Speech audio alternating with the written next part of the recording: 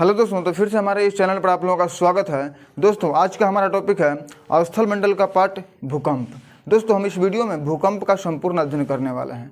तो चलिए दोस्तों वीडियो को यहाँ पर शुरू करते हैं। तो देखिए सबसे पहले दोस्तों हम लोग जानेंगे कि भूकंप क्या होता है। तो देखिए दोस्तों, भूकंप भूपटल की कंपन अथवा लहर है जो धरातल के नीचे अथवा ऊपर चट्टानों के लचीलेपन या गुरुत्वाकर्षण की समस्थिति में क्षणिक अवस्था होने पर उत्पन्न होती है। दोस्तों अगर सरल भाषा में समझा जाए तो भूखंड पर पृथ्वी की आंतरिक उथल पुथल के कारण होने वाले कंपन को भूकंप कहा जाता है। देखिए दोस्तों, भूकंप के कंपन के दौरान कई सारे तरंगें उत्पन्न होती हैं। ये तरंगें जिस पॉइंट से उत्पन्न होती हैं उस पॉइंट को दोस्तों फोकस बोलते हैं या फिर भूकंप मूल या भूकंप केंद्र कहते हैं। दोस्तों ये तरंगे उत्पन्न होने पर चारों ओर गति करती हैं। वो पॉइंट दोस्तों जहां पर उन भूकंपीय तरंगों को सबसे पहले महसूस किया जाता है उस पॉइंट को दोस्तों भूकंप अधिकेंद्र कहते हैं। और दोस्तों भूकंप केंद्र के चारों ओर समान भूकंपीय तीव्रता खींची जाने वाली रेखाएं को समभूकंपीय रेखा कहते हैं।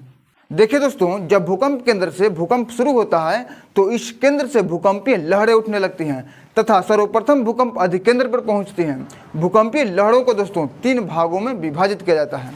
नंबर 1 पी तरंगे, नंबर 2 एस तरंगे और नंबर 3 एल तरंगे। तो देखिए दोस्तों, सबसे पहले हम लोग जानेंगे पी तरंग के बारे में। तो देखिए दोस्तों, पी तरंग को प्राथमिक लहरें भी बोलते हैं। तो इन लहरों की औसत गति दोस्तों 8 से 14 किलोमीटर प्रति सेकंड के बीच होती है। चूंकि इसकी गति सबसे अधिक होती है, ये सबसे पहले धरातल पर पहुंचती है। ये तरंगे दोस्तों ध्वनि के समान होती है तथा ये ठोस, द्रव एवं गैसीय पदार्थों में यात्रा कर सकती है। अब दोस्तों ये नंबर 2 एस तरंग है। दोस्तों अब हम लोग एस तरंगों के बारे में जानते हैं। तो देखिए दोस्तों, ये लहरें प्रकाश तरंग के समान होती है। इनकी अणुओं की गति समकोण पर होती है। इन्हें दोस्तों द्वितीय लहर भी कहते हैं क्योंकि ये पी तरंगों के बाद यानी कि प्राथमिक लहरों के बाद प्रकट होती है। ये तरल पदार्थों से नहीं गुजर पाती हैं, इसीलिए दोस्तों सागरों में लुप्त हो जाती हैं।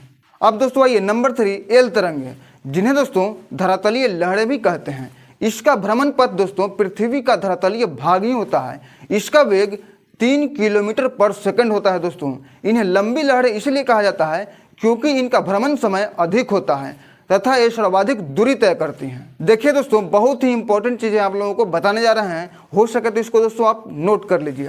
देखिए दोस्तों, पी तरंगे जो हैं वो ठोस, द्रव और गैसीय पदार्थों में यात्रा कर सकती हैं, परंतु एस तरंगे तरल पदार्थों से नहीं गुजर पाती है। इसलिए दोस्तों एस तरंगे सागरों में लुप्त हो जाती है।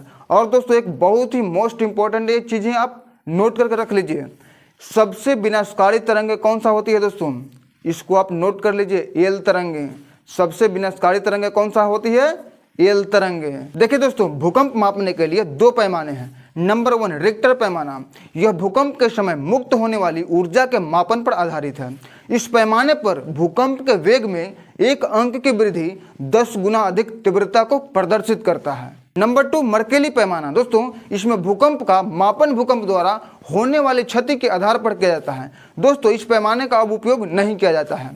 दोस्तों विश्व के ऐसे कौन से क्षेत्र हैं जो सबसे ज्यादा भूकंप से प्रभावित क्षेत्र हैं? तो दोस्तों पूरे विश्व को 3 भूकंपीय क्षेत्रों में विभाजित किया गया है। दोस्तों नंबर 1 प्रशांत महासागर तटीय पेटी। दोस्तों विश्व के लगभग 66% भूकंप इसी पेटी में विद्यमान है, इसीलिए दोस्तों इसे रिंग ऑफ फायर कहते हैं, यानी कि दोस्तों अग्नि विलय कहते हैं। दोस्तों सर्वाधिक विस्तार की प्रबल भूकंप क्रियाएं अभिसारी प्लेट सीमाओं पर स्थित है। यह पेटी दोस्तों पश्चिम में अलास्का से क्यूराइल, जापान, मेरियाना और फिलिपाइन खाई तक है तथा चिली, कैलिफोर्निया और न्यूजीलैंड के समुद्रीय भाग सम्मिलित हैं। दोस्तों नंबर 2 मध्य महाद्वीपीय पेटी। दोस्तों यहाँ विश्व के 21% भूकंप आते हैं।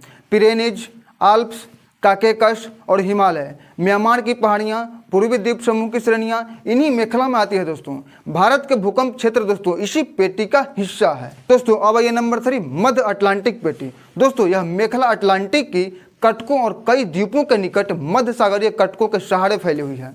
भूकंप आने का मुख्य कारण दोस्तों सागर तल प्रसरण है।